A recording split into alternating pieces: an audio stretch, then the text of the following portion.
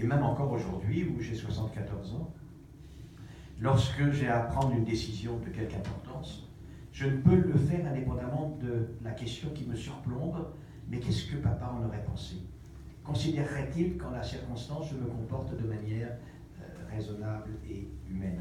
Alors, certes, c'est un poids, certes, c'est pesant, mais beaucoup plus qu'un poids et beaucoup plus qu'un fardeau, c'est un fil d'Ariane qui m'a permis de me retrouver dans les méandres, dans les dédales de la vie où les minotaures sont multiples en réalité.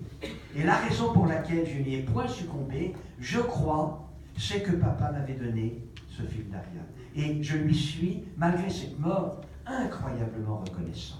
Vous dites, il m'a fallu 47 ans pour trouver un exutoire au refus indigné d'accepter ce qu'on m'a demandé de reconnaître. 47 ans. Oui, c'est terrible. En réalité, l'idée de ne pas rester avec, comme dernier contact entre moi et mon père, ce contact entre moi et le débris d'homme, la dépouille éclatée, en pièces véritablement, réellement en pièces, après que la tête a explosé sur le rail, m'a habité, m'a tenaillé tout le temps. Mais j'avais également un autre défi, qui était de répondre à la question « Qu'est-ce que c'est qu'être raisonnable et humain ?»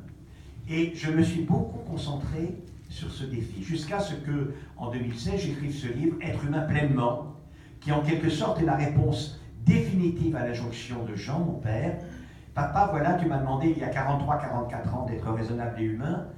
J'ai mis longtemps pour te répondre définitivement, mais j'ai déjà écrit beaucoup de livres sur le sujet.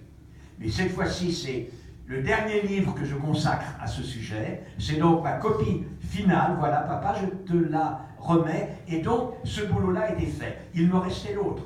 Tu es, Axel, sans doute le plus capable de faire durement les choses nécessaires. Ça avait commencé très tôt.